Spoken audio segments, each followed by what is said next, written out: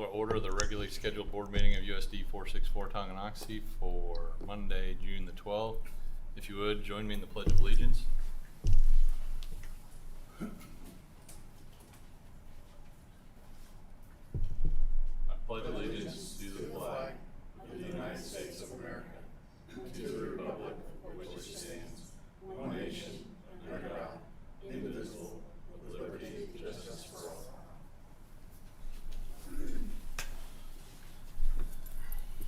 Okay, we have one addition to our agenda.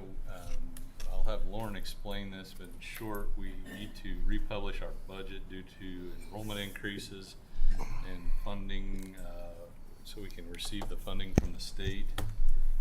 So I would move, and we have to do this at the beginning of our meeting, so everything in the first section will move down one item, but I'd move that we approve our agenda with amendment of adding item 1.4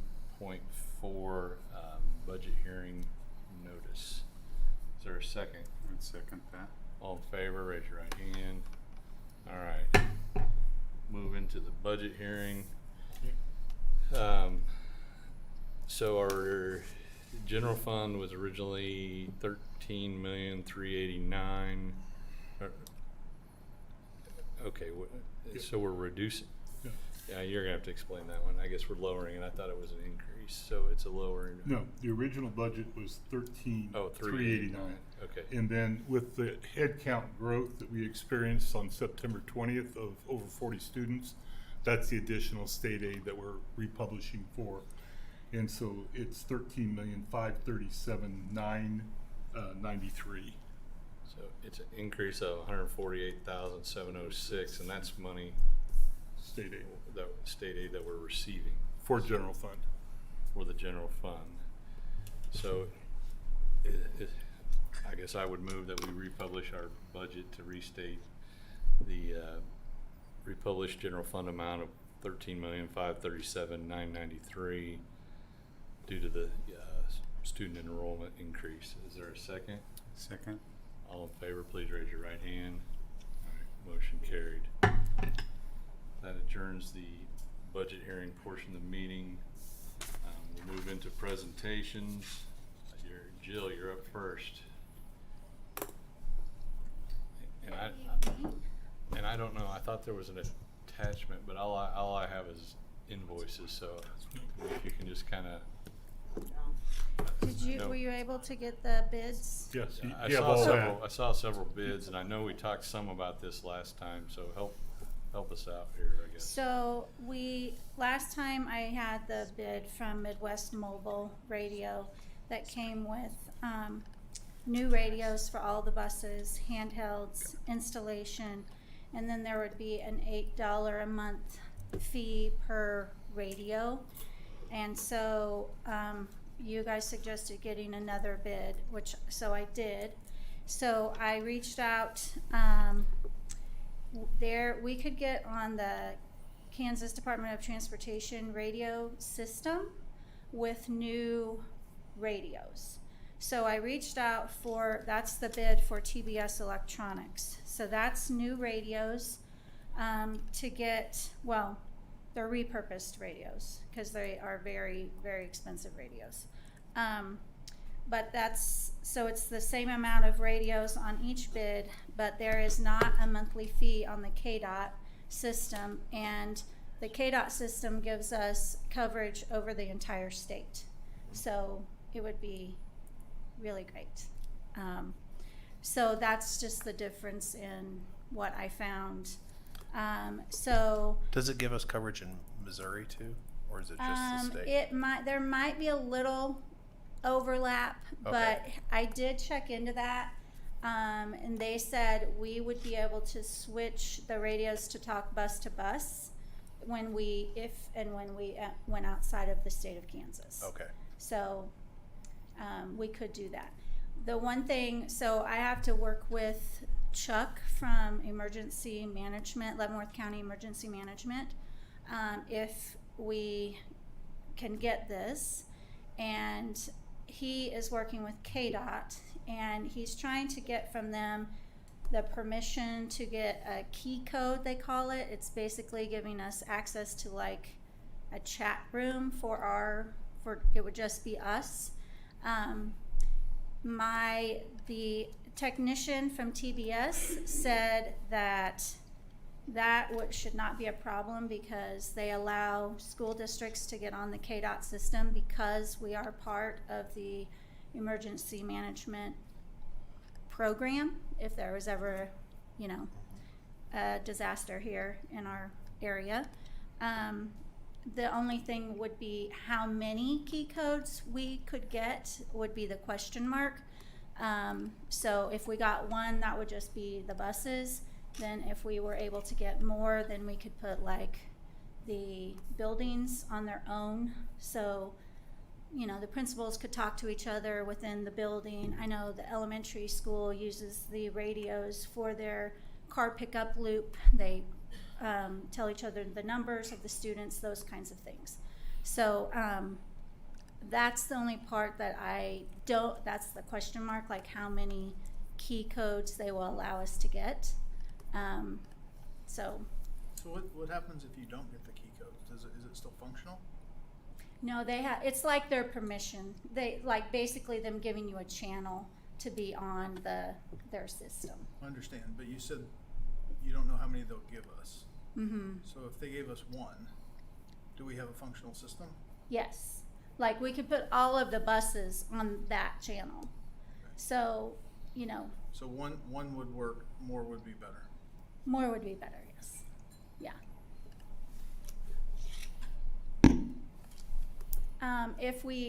If they only give us one, we could still use our radios. We would just have to look into getting our repeater fixed. And the buildings could use it. The 12 handhelds that you see on the bid is for every building to at least have one bus radio that they could talk, because the elementary school I know had 2 because they always had a principal out there, and then the secretary also aided oftentimes. But for the most part, the other buildings they would be fine with just one bus radio. So on these bids, which one is your recommendation? Because I'm having a hard time figuring out which one's the. So the TBS one, it's actually cheaper than the Midwest Mobile. That's the one that I would love to go with because that's the KDOT system and there's no monthly fee.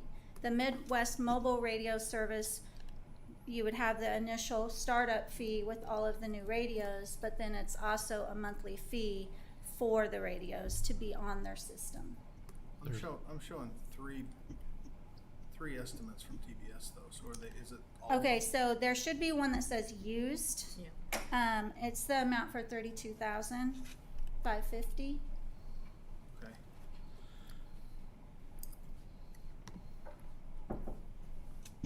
And that gets us everything we need pending the key code to operate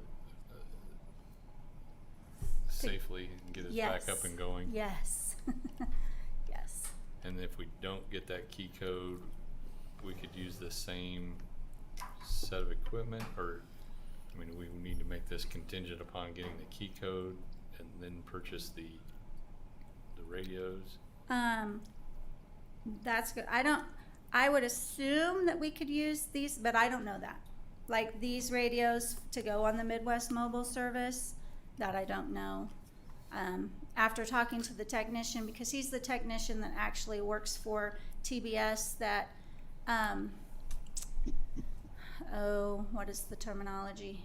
Gets radios programmed to be on the KDOT system. That is his job within TBS. He's the one who told me that they will allow any school district in the state of Kansas to get on their system. He said it's just a matter of how many key codes they will let you have. So no matter what, you're on a system. Yes. Yeah. What, now, since there's the other estimates from TBS, were those ones we had previously? I didn't go back, or is that No, I additional? didn't have any from TBS, so he gave me 3 different bids. One of them is for all, I didn't bring all of them. So is the all-new all 77? new, all new radios, and it's like They're going crazy. 77,000, and then there's a miscellaneous that was 100 and Yeah, 104. I didn't bring all of those. I like the idea of being on the KDOT system, and the 32,000 seems pretty reasonable given the safety and security issues. I'm somewhat concerned about not having all the answers relative to the key codes and what that means for how we would use the system, but I feel like we need to get some I's dotted and T's crossed there. But With the key codes, if you had one key code, Mm-hmm. is that equally functional to what we've been looking at in the past, and the additional key codes are just The one key code would allow us, like, bus, everything would be on the bus channel. Yes. So if you had your principals with their handhelds, everything would go on the bus channel. was that the way it was before? No. No. They had different channels they could go on. Okay. So I heard things in my office because I had the base unit, but They my listened to all of it. buses Yeah. did not. Okay. All right. Yeah. So there's the risk of reduced functionality if you didn't get the same number of key codes as you had use the channels you used before. Right. However, we could use, I believe that we could use the repeat, get the repeater fixed that we have. And then I'm not a radio person, so Yeah. I don't know what all, other than I know we would have to have the repeater fixed. And then probably some type of, I don't know if it's an antenna or what, but I feel like we could put that on one of our buildings where, we're not trying to get, we were trying before when we were talking about trying to get a new antenna like somewhere, the range. Right. We had wouldn't the need map. that with it being right here in Tonganoxie. It seems like the range with the KDOT system is statewide. Is that accurate? Yes, it's statewide. Which is very better exciting. than even the one that you talked about last time, which was Yes, just kind of it gave us a bigger range, but it didn't cross the whole state, no. yeah. Well, one thing we could do, Justin, is we have that special board meeting on the 21st, and we should have more information as far as the key codes by then. We talked about that today. Yeah. And then we could have it as an action item with a more defined bid at that meeting. Yeah. I mean, I think the used bid of 32, I mean, I agree, that looks like the best option for us. It's just the number of key codes that we can get. Is that refurbished equipment that comes with some type of a warranty? Yes. Usually refurbished comes with a little something. I will confirm that, Yeah. that it comes with a It warranty. looks like you made progress in this. It's even potentially a better solution. So Yes, it's, yeah. And the only other thing I would maybe be interested in is just what is our repair for the repeat, what other. Yeah, I can get that from our current, if we don't get the key Yeah, if codes. that doesn't come through, we're gonna have a few Yeah. other costs, but I mean, this is way less than what we were looking at, so Yeah, no thanks for monthly doing all the fees. digging and still getting into this. Yeah. you're a lot more of a radio expert than you expected. Any other questions for Jill? We do have an action item later, but when we get to that, we can table that till the special meeting. Okay, But this helps clarify this whole process. okay, Nice work. thank you. Okay, all right. I'm gonna, Forrest, it's, sorry, before we move on, Stephanie said she didn't get a Zoom link. If you can, just so when we get to the action items, she wanted to be a part of the meeting. All right, sorry. We will move on to, I guess it would be now the new 1.6. Aaron, update on the our project update here. Hi, everybody. Aaron?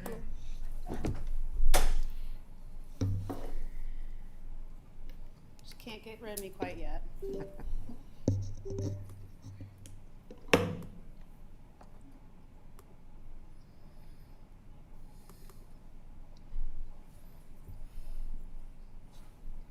There we go. All right, this one should be a little shorter and sweeter than the larger project update, but just kind of some quick highlights here on the CTE and now West Campus renovations going on this summer. So they got started with the work a couple weeks ago, right after school got out, starting with the project budget here. So this is now broken out just for the summer work. So baseline construction GMP was for all the CTE work. The jump here to the current was the change order to add all the West Campus work to that. So this is where our budget is at now, with all the soft costs and contingencies. Contingency was set up initially on the project for $59,000. I have down in our later in the report some of the forecasted changes there, just a couple little electrical rough-in and some other items that were kind of getting cleared up and figured out. So there will be a little bit of contingency use anticipated for that we're waiting on pricing. Substantial completion dates. So the contractual date for the CTE classrooms is 8/1. They're actually hoping to finish up the work over here in West Campus earlier than that. So you guys probably peeked in there. So it's, pretty minimal stuff. Jumping over here to key deliverables and inspections. They should be starting to work this week on a polished concrete mock-up over in the CTE area. So we will set up a time to officially review that here later this week or early next week. Other key milestone dates, again with the renovation project, it's kind of a little all over the place, but they're working through electrical rough-in, start some painting this week, and then they'll get going on the new ceiling grid over there in CTE, finish up some MEP over here in West Campus. You'll have carpet towards the mid part of July and polished concrete flooring over in CTE, and then they'll just be trimming out and finishing the last couple weeks of July.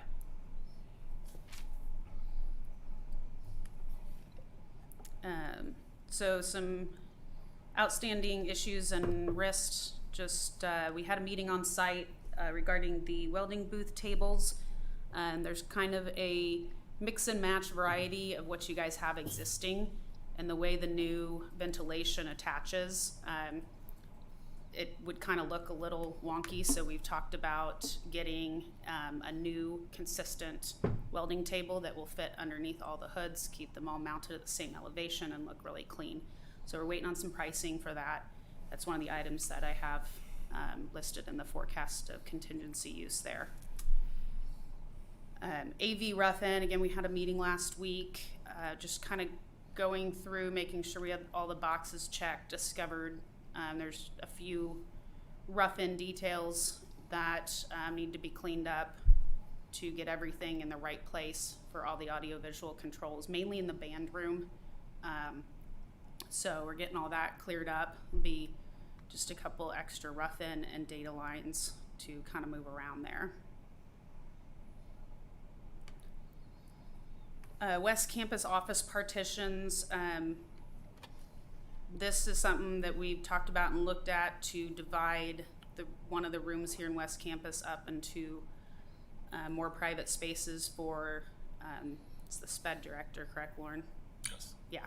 And the assistant director. Yeah. So we've looked at that, kind of drawn up a little sketch, waiting on the pricing back to do that. But it actually lays out really nice in the room to make some of the lighting and the sprinkler heads work and give nice size spaces. So shouldn't be too big of a task to pull off. Other than that, the furniture, fixtures, and equipment, all of the furniture is on order and tracking to be delivered that first week of August. And all the AV equipment has been on order for a while, so no issues there. We do need to get a couple of appliances ordered for that CTE area, so trying to get that wrapped up. I'm sure you guys peeked in the West Campus rooms over here, threw in a picture of the added bathroom over here before they poured back the concrete. So that's coming along nicely, and then pretty much all the CTE classrooms look about like this. Got the walls patched and everything torn up, so that's about it. Questions for Aaron? Yeah. A little less involved than Yeah, the this one's a last, little more straightforward, so, but no gigantic surprises. I think the biggest thing was figuring out the welding stations, which is just kind of a unique, different thing, so I think we got a good plan for that. All right, All right, thank you. thanks. Move to the consent agenda. Is there a motion to approve the consent agenda? Make a motion to approve the consent agenda. Is there a second? Second. It's been moved and seconded. All in favor, please raise your right hand. Motion carried. Move into, public comments, and no public comments. All right, then we move into reports. Lauren? Okay, the first one is good news, and I kind of shared this in my Friday updates.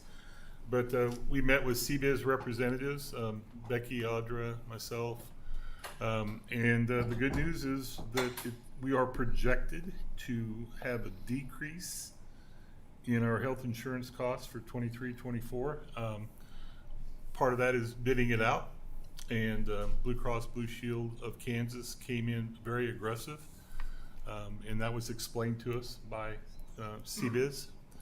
And the next step is for us to meet with our health insurance committee meeting, which I think is that Wednesday night, tomorrow night, tomorrow afternoon. We have a health insurance committee meeting, so run that by them so that they have their say in what we're looking at. But actually, it appears that all the not services, but everything that the benefits are all the same. I mean, we're not giving anything up to make the move. So it all looks good, but that we'll go through that process. And so that's a big part of what we've been waiting for here for the last several months. So that is good news. Budget closeout, budget development starts. We are already, Rebecca is starting to work on the budget closeout, which we are meeting with Randy Corns and Greenbush on the 21st of June. And then we have a budget workshop the next day on the 22nd. There's 4 of us going to that. Then, of course, in July, we will be working with budget development like we always do. And it's been requested that we also have Dustin Avey as part of that review so that we can talk about our bond and interest plans, mill levy management, and all of those processes. And I think that was very beneficial last year, and we see the same thing happening this year. So a lot more to come in July with the budget development as we move forward. Strategic planning is set for the around 5:30 on the 21st.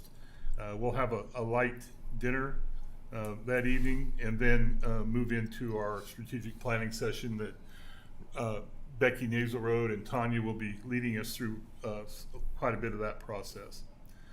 The other thing I just want to throw out there, and we haven't set it up, but we would love to have a work session to kind of just once again touch on all the projects that we've been talking about. We're not going to be able to go into detail on those tonight or maybe even in the July regular board meeting, but we just need to visit about a lot of those things that are just kind of hanging out there. It could be the bus barn, it could be possible HVAC or parking lots, all those things that have been just a topic of discussion over the last almost 2.5, 3 years.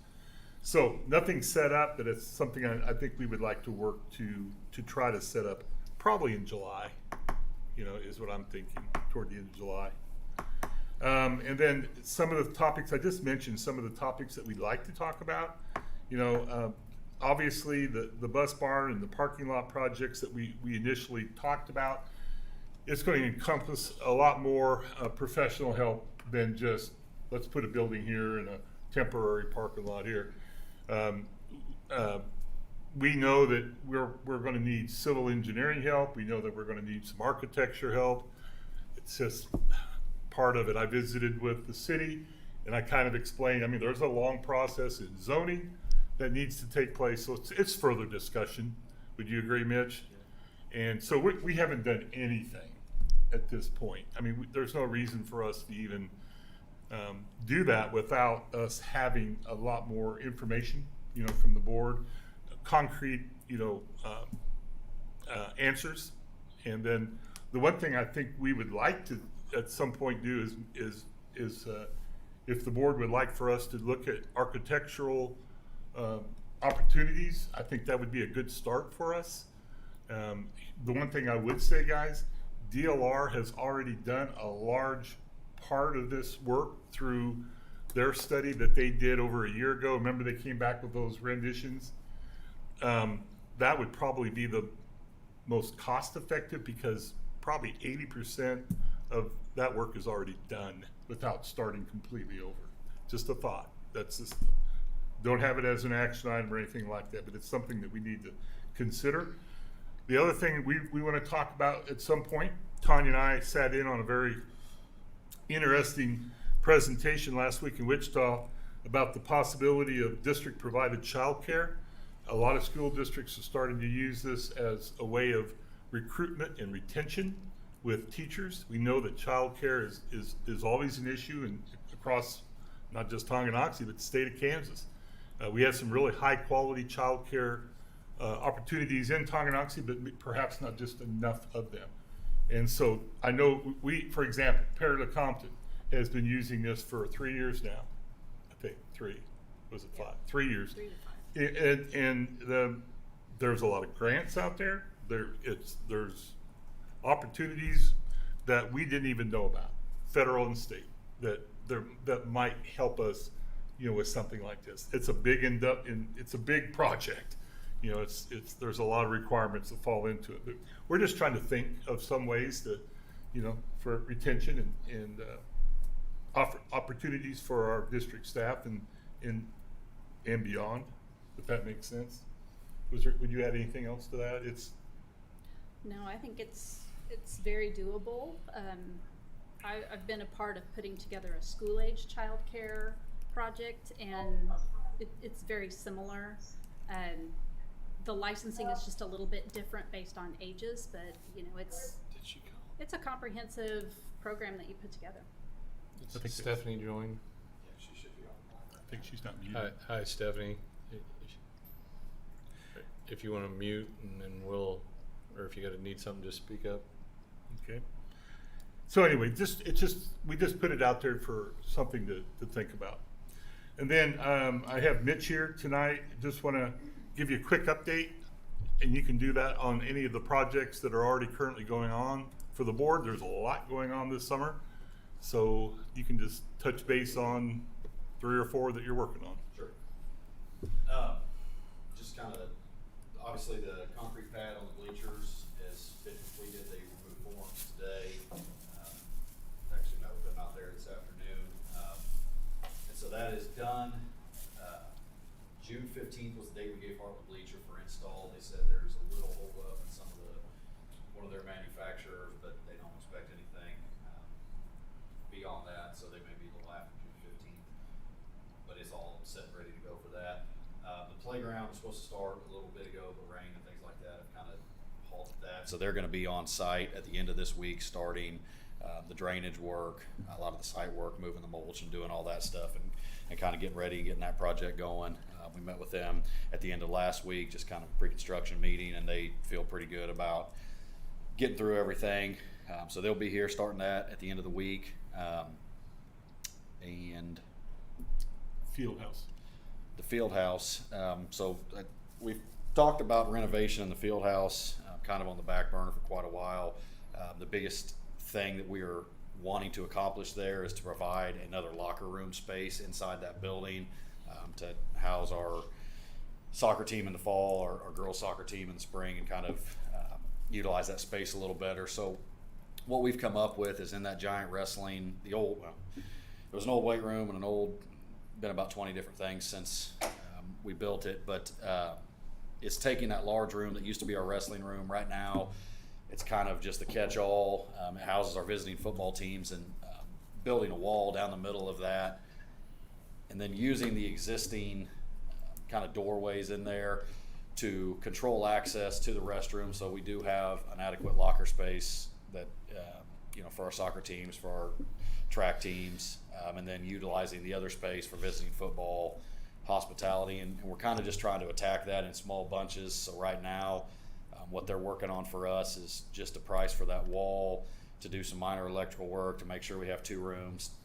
The big kicker there will be adding another door to the east of the single man door, so there's access on both sides of the wall, and then from there, just kind of meeting the needs that our coaches and administrators foresee. So that's kind of what they're attacking right there. And there's, our meeting today, they said it'd be a 2 to 3 day project. It's not going to be anything major, but it is going to check a major box, I think, for us as far as getting a adequate locker space for the other teams that use, the soccer field and track and everything. So And when you say we, does that mean the company that's doing like the CTE renovation, or who's we? Is that? we met with Crookham today. That's who they came down and just I hopped mean, across the street. It's a. I mean, I don't know what the cost is, but It's right. My daughter's graduated, so now I'm going to raise a bigger stink about it than before.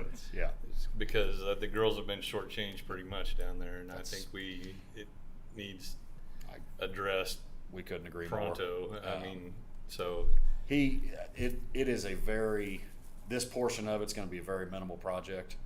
I think from a cost standpoint, to at least put the footprint down that gives us the opportunity to give the girl. I mean, that's what it comes down privacy to. is- things that they've not been Give- able to enjoy. Exactly. And then how we use that space and what we can do in there, I think will be up to our coaches and our high school administrators and what they, I think that we talked through a lot of things today. We could go as big as you wanted, or probably, meet the need from a minimal standpoint. But the biggest thing is basically just building a wall through the middle of that giant room that goes floor to ceiling, provides privacy, and then And they get a restroom as well. there is a restroom in the back of that. So the plan right now is to basically, there's kind of a vestibule back there that's got doors going from different directions, and the plan is with that wall, we can lock and unlock the doors to control access. So if there was a visiting football team in on Friday night, they could access the restroom and not our girls' locker room or our soccer locker room. But then when it's not a game night on Friday night, we can access the restroom for the soccer team, and they wouldn't be able to access the other space. So we've come up with a plan that avoids us adding a restroom.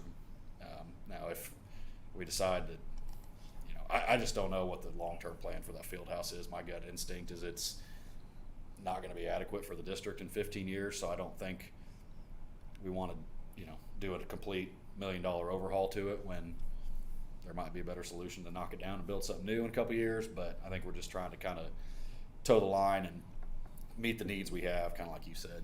Obviously, we're shortchanging, the girls' soccer team and the boys' soccer team for that matter. So I will have a price on that probably pretty quick and let you guys know what's going on, and we can provide a little more if you need a visual. We can probably take a picture and show you what we're talking about.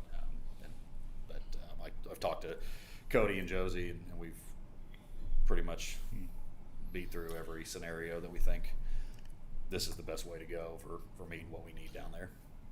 What would be the best way for Mitch and I to get feedback from the board on moving forward with just like architectural plans or civil engineering down here? I mean, because it's not an action item tonight. I mean, Need some are you input. talking about for the Bus barn. Well, I mean, are we going to have this on the strategic? Yes, I that's what that was. mean, what I don't know, thought. either run the meeting on then, or we could talk Yes, a little bit on that. on the 21st. I mean, and then you ask for another meeting. I mean, I think we can address some of these things. I mean, Okay. we've done a lot of projects. I mean, I think we kind of need to get through this budget cycle and see where we're at and see what we can do on this mill levy with some of this bond money, and then work. This is my opinion only. I Yeah, don't it know. works.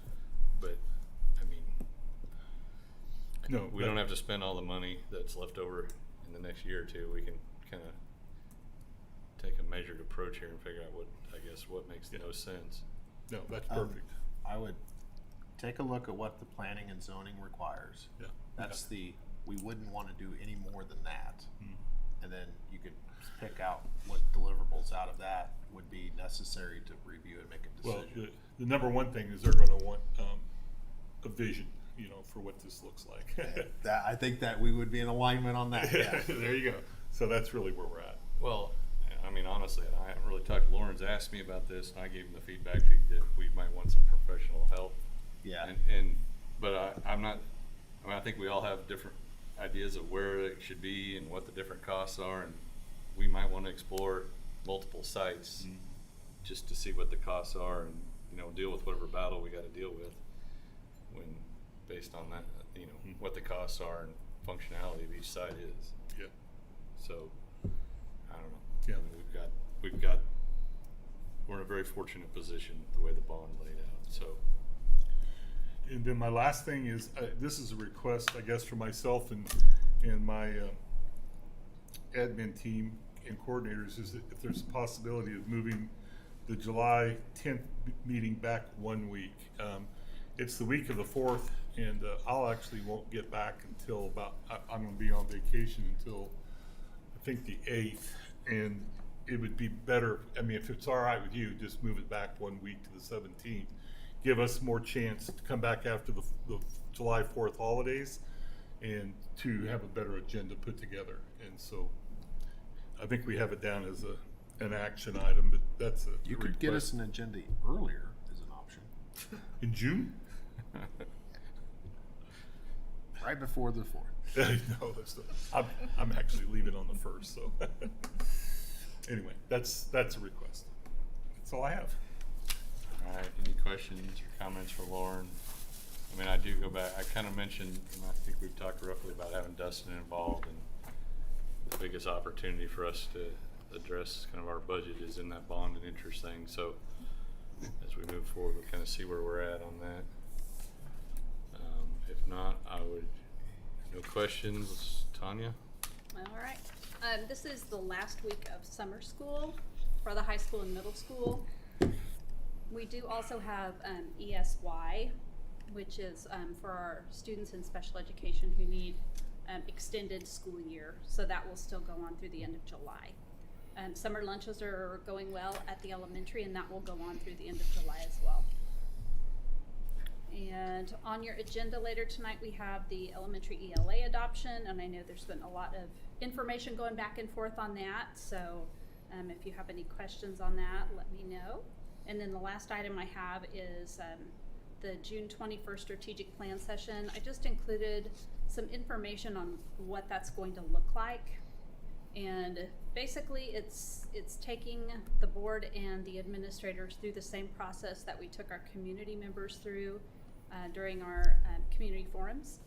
And Becky and I will lead you through that as part of our strategic plan process, and then we'll combine the information we've gathered at that meeting with all of the information gathered from our community forums and our surveys and all the data that we have, and then we'll be working on building that strategic plan and the mission, the vision, and the goals for the rest of this summer. Are you guys going to be conducting, I mean, in the past, we've had like KSB kind of help us with some of this, or we're just going to facilitate this discussion ourselves? Back in 2017, we had Greenbush take us through that, and prior to that, it had not been done since I had been here. I didn't know if you guys want to run us through all this, or if you are entertaining anybody else to help out or I not. think we were. Nope, Okay. we are good to go. We have all of our plans in place, and the board and the admin team is really the last piece of information that we're bringing together, and then we'll start to hammer through it. We have a lot of data, and our surveys were outstanding. We got really, really good response on our surveys, so I'm excited to start pulling that all together and you know, we've looked at some of it already, but bringing it together with everything that we have and all of our assessment data, it's going to be a great time. We have several meetings planned that we're going to be digging through this and putting things together.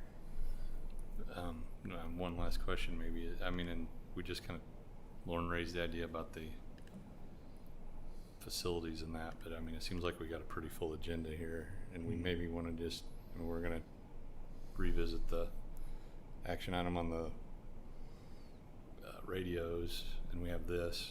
I mean, it would,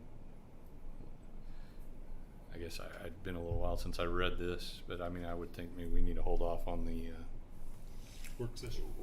the facility stuff until we get a different work session, so we don't get, so we give this enough No, yeah, time. we weren't. So we get enough time to do all this Right.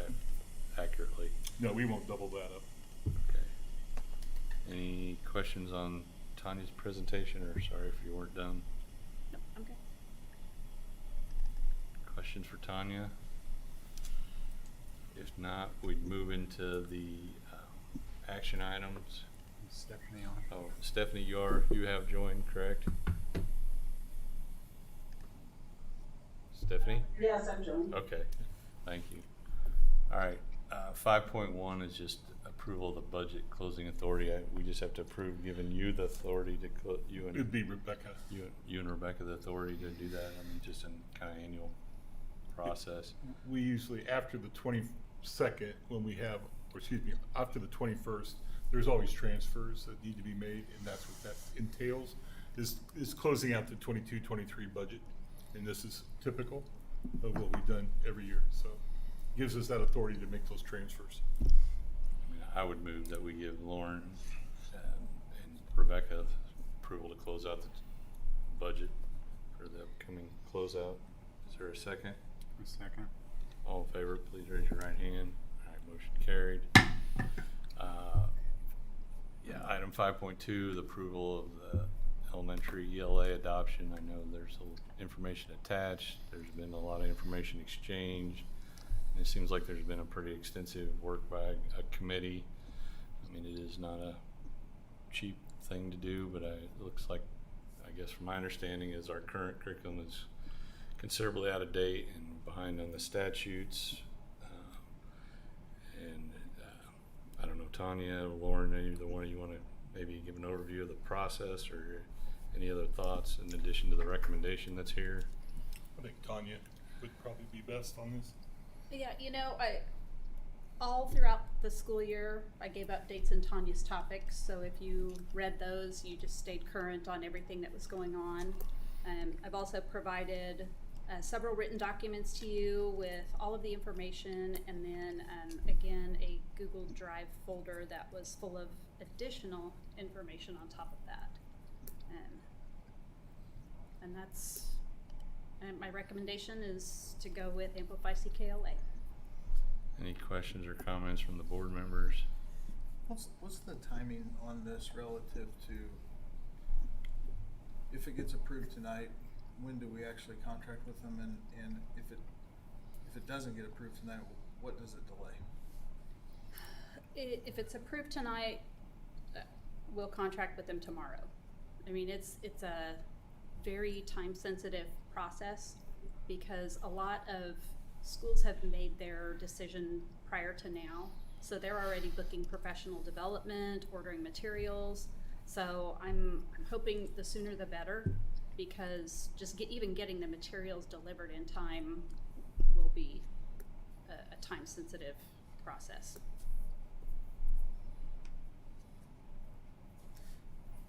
And just, I know that there's been a lot of information shared, but just given the sensitivity of it, can you kind of walk through what are the top 3 or 4 bullets on why we recommend CKLA and versus the other one? I recommend it for several reasons.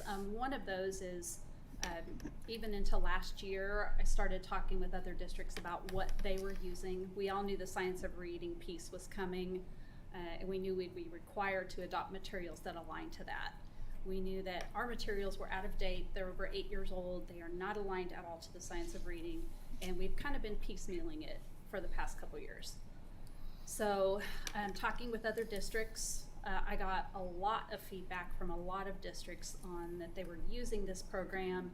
We're seeing great results in their assessments, most of them in their benchmarking assessments and their MAP or FastBridge scores. They didn't share their exact results with me. I didn't get to see their specific data, but they did share with me that they were seeing great results. Specifically visited several times on the phone and in person with folks from Wamego School District and the Siemens School District. We took a group to visit the Siemens School District and saw it in action, and we were very impressed with the higher levels that those students were working at. Just seeing them in the classroom, their kindergarten students were learning about contractions, you know, can't, I'm, and that is very unusual for a kindergarten level, and it was very normal for them. So just since they've started using these materials, they've really ramped up their rigor and what they're learning. I did speak with the Seaman district about that, and you know, some districts, all districts do curriculum adoptions a little bit differently, but they are all the same in that they like to get teacher input, and they also get administrator input, and then administrator input is what puts it over the top. So the Seaman School District did say that their teachers were really struggling when they were selecting between a program that they'd been using for a while that they were comfortable with or this, and they finally decided to go with the CKLA, and they were very happy that they did. Moving forward with, you know, higher test scores and improved rigor, I know that we are all really wanting to ramp up the rigor and the academic success in the district, and to do that we need to have a program that is really more rigorous and advance our students. We spent a long time at, you know, the balanced literacy, the guided reading, and if we're constantly meeting our students where they are, I mean, that's great, but then we're never exposing them to grade level standards. And so when we're meeting students where they are, that's what needs to take place in those intervention times, when you are breaking your students out and meeting those skills and those gaps and working on those skills with those kids that they're missing. The whole group, mixed group instruction time for the core tier 1 instruction should be that higher rigor, and it should be at grade level or above, which all students should be exposed to. And then your intervention pieces should be broken out later, and then your tier 2 is your intervention, then your tier 3 would be your really targeted intensive for those students who are multiple grade levels below. And this program provides all of that. It provides the strong core, the rigorous curriculum. It provides the intervention pieces built within. There are ways you can adapt the instruction, but then also extra for intervention. It does not provide tier 3, but no core program provides tier 3. That is specialized instruction for those students that need it. So for those pieces, you know, and those reasons, I think we've gone through the process, and this has been a long process, a long year of really digging into things, but that's why I would recommend adopting tonight. Last question from me. So you'd mentioned being a little bit behind the curve on getting professional development scheduled. Do we think that that's going to be a problem? Will we be able to get it scheduled in time for August? We'll be able to get it scheduled. Actually, I have an email waiting for me from, you know, the lady who schedules those, and she's ready to get it on the books as soon as possible. So she wanted me to get a hold of her as soon as the board had approved, and then we could get that booked. But the longer we wait, the harder it gets to book that. Yeah, I have a few questions. So I know that there was on the committee some concerns about age-appropriate material. How would that be handled or managed? Well, KSDE has looked at it, Lexia has looked at it, and Lexia is the one who does the letters training, and they have all verified that it is grade level appropriate, age level appropriate, appropriate to the standards. So there would be no adjustments made or anything, or no options for that? If a teacher didn't align with that, or? No, are you talking the level of rigor, or are you talking specific topics? Topics. Topics. There is some leeway there, yes. Would that be done consistently, or would that be done, you know, at what level would those decisions be made? It would need to be made at the building level, Okay. because instruction is scaffolded, so it builds upon the next. And so if you do adjust some of those things, then you need to make sure that you're teaching the standards appropriately so that they're ready for the next grade level. Is there anything that's within this program that is not, you know, part of the standards for Kansas? Additional things that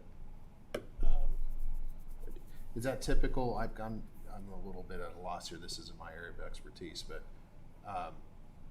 you know, I don't know if you're teaching focused more on what the standard topics are, or how much leeway you get for topics or curriculum outside of the standards. I mean, is there a split? I would imagine that you want to have most of your topics and everything focused around the standards, or Right. based upon the standards. Your standards are listed there. It's a long list of standards, Yeah. but they're listed like able to write complete sentences. They're not written by topics. So your English language arts standards are not written like you should learn about the colors, or you should learn about trees or houses. It's not topic based like that. It's more standard based on what skills for each grade level. Mm-hmm. Does that make sense? Yeah. And so Skills each based, yeah. right, and so each textbook company has different topics that they use to address those standards. Okay. All right, but it's the same for nationwide. It's however well that particular that material aligns with a specific state standards. There's not a Kansas specific. There course. are Kansas specific standards, but not topics or curriculum. Right. Right. Okay.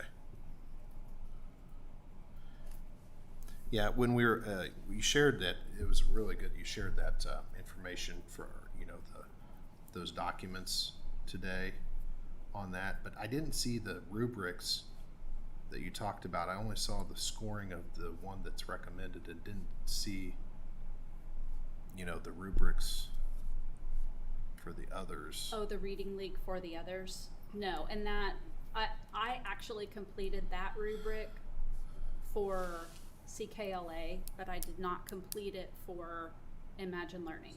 And that was primarily because no one was using it in Kansas, and I didn't have a lot of the information that I would need to gather from other schools in Kansas or from matching it to Kansas standards. Okay.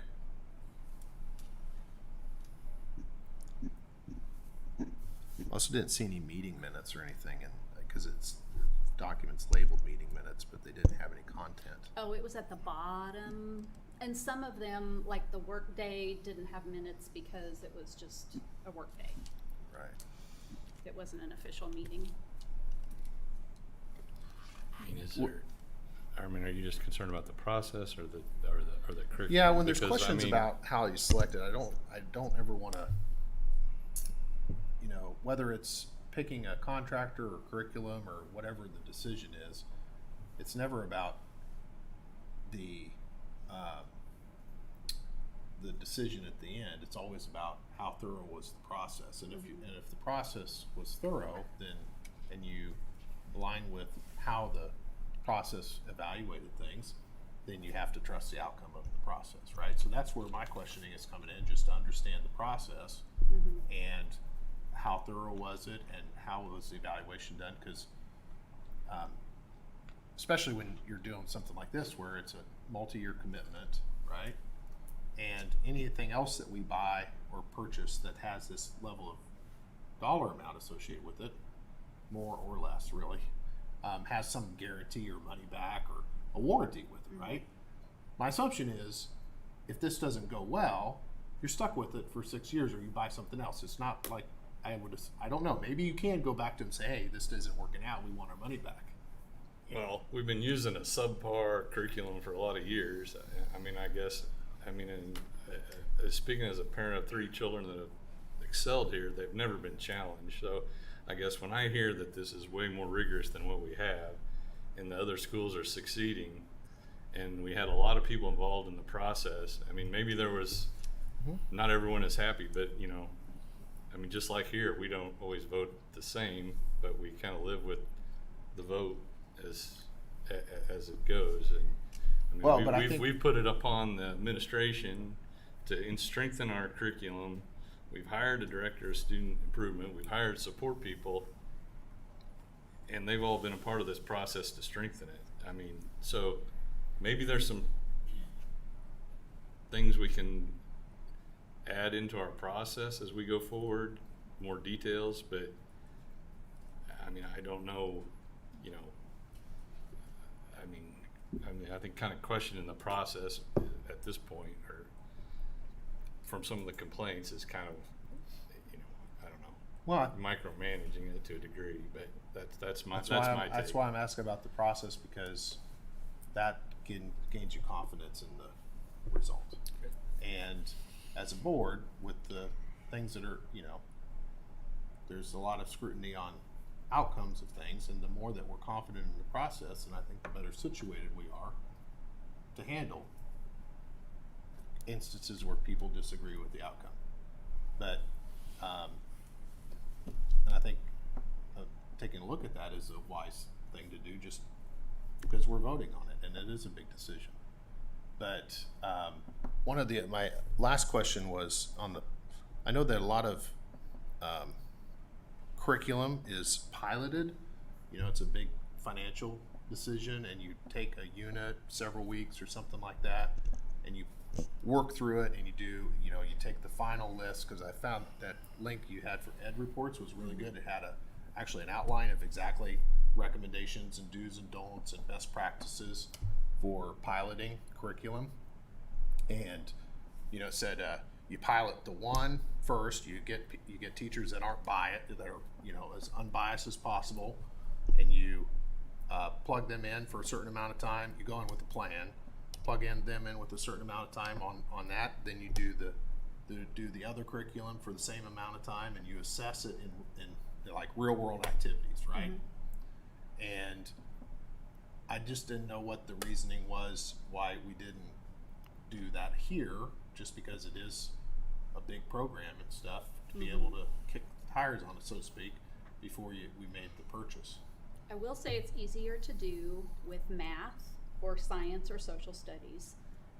The ELA was such a huge fundamental shift, moving from the balanced literacy to the science of reading, structured literacy, that it, without having the proper training behind either of those two curriculums, the pilot would not have gone well. I mean, it's such a huge fundamental shift that I don't think piloting either one would have been successful, honestly.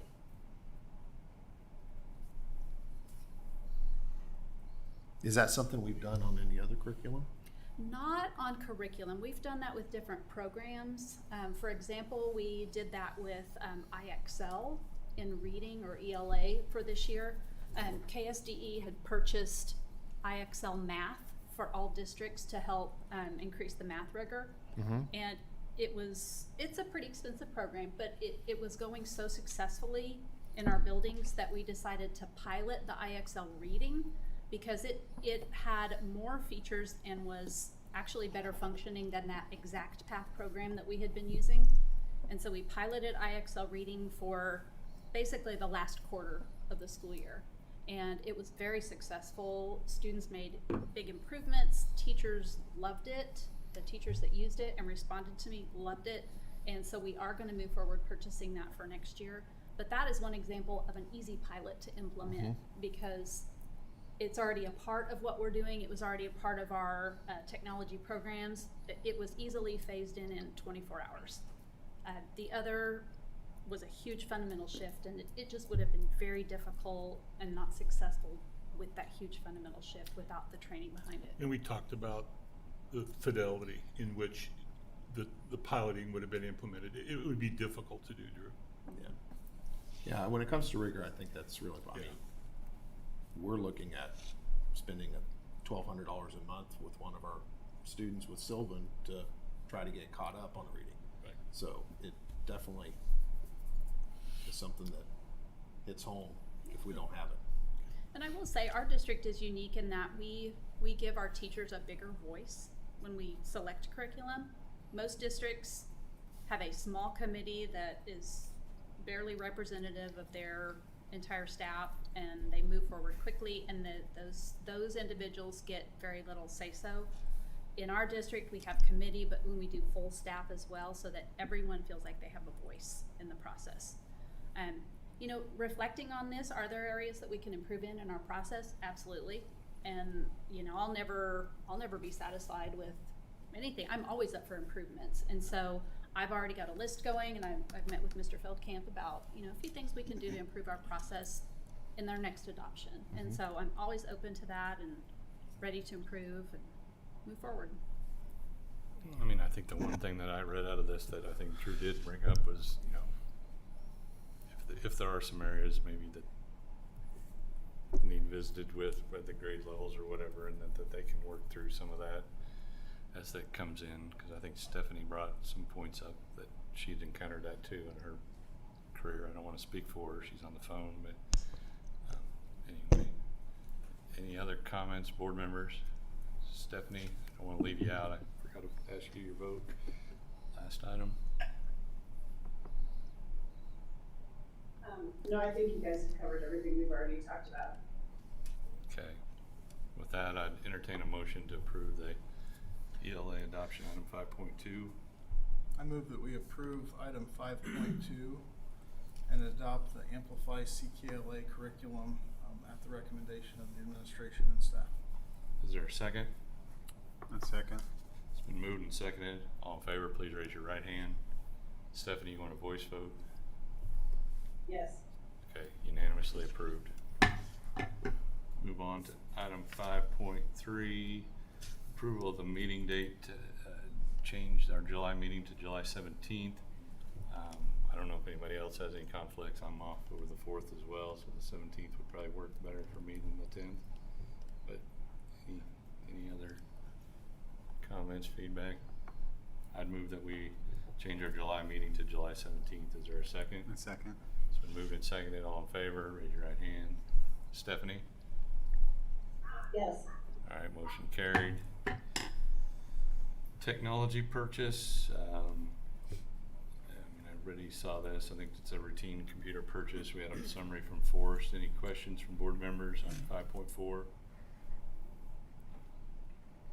If not, I'd entertain a motion. I make a motion to approve item 5.4, approval of technology purchase. I second it. It's been moved and seconded. All in favor, please raise your right hand. Stephanie? Yes. All right, motion carried. Item 5.5, I think we all agreed to table that till the June 21st meeting. So with that, I move to the 5.6. Andre's not here. I know we approved moving. We were going to put on the November ballot going from districts to all open positions. They did attach something, or the document got attached late from the county clerk that has some guidance around how that motion would be. I guess maybe to get it ironed, to help Audra. But I think we approved it, but I guess I would suggest maybe we reapprove, and I don't know if a couple of us would maybe be, if you'd give me, and I don't know, somebody else want to join me, authority to look at it and just confirm it's what we intended. I don't know, Justin's involved in this. But Yeah, so the voting plan C and the at-large method, I think, are what we discussed, and it's. I think they're just check boxes, but They are, and I'm glad to work with you on it as long as we, I think technically we've already approved it, but. I agree. But I don't know, I guess if the board, I think if we're all in agreement, we can vote to reapprove that we go to, The only thing open districts. after we had talked to Janet about it, she said that she's aware that that's what the intent of USD 464 is for the November election, but there was a resolution and there was a little bit of verbiage that just needed a little verification. we can make sure the right boxes are checked so that it gets on there. It literally looks like checking boxes. Yeah, I know. I didn't know Audra. I would have emailed Audra today to clarify, but I So I guess I would just, It does look like we all have to sign it though, so we Yeah. need to I do think it that pretty was quickly. 'Cause she does need it back pretty quickly. I talked to her about it. okay.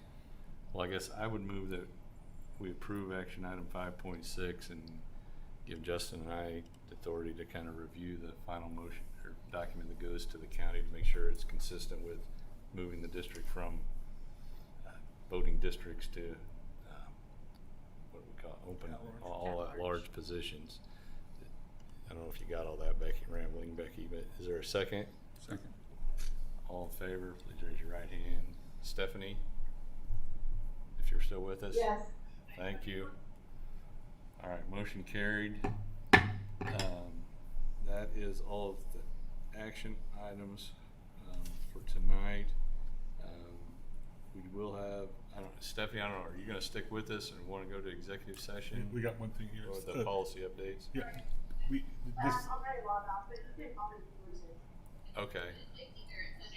Thanks for joining us for the action items. All right, go ahead, Lauren. no, on the review, usually we, Drew's helped me in the past on just looking at the board policies, and then we come back the next month. And with our endorsement, if you're willing to do that, that's probably the fastest way to move through it. I have not looked at them yet, so. I'll take a look. So we'll, for the July meeting, those will be on, if Yeah. anybody wants to look at those beforehand. All right, that puts us to executive session. How long? Probably, it's pretty, gonna be pretty quick, 10's fine. Okay, I would move we adjourn into executive session with, invite Lauren to join us to discuss negotiations. We'll do 10 minutes. Is there a second? Second. All in favor, please raise your right hand. Motion carried.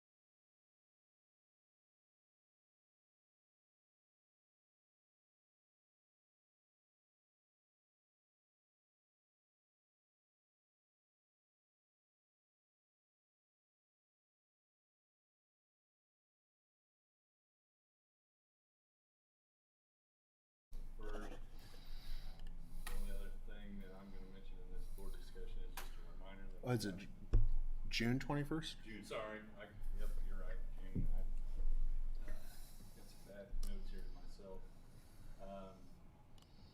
Second topic is we do officer check-ins over annual, basically it's the annual meeting, every July or whatever. And we reconfirm officers and, you know, I'm not gonna continue serving president.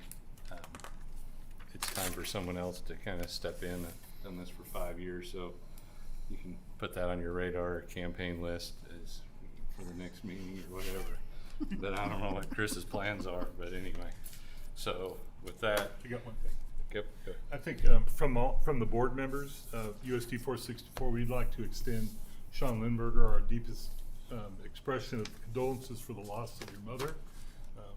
I know you're having a celebration of life, is it Thursday? And we appreciate what you've done for the school district. Just wanted you to know that. That one, thanks. Good job, Lauren. With that, meeting adjourned.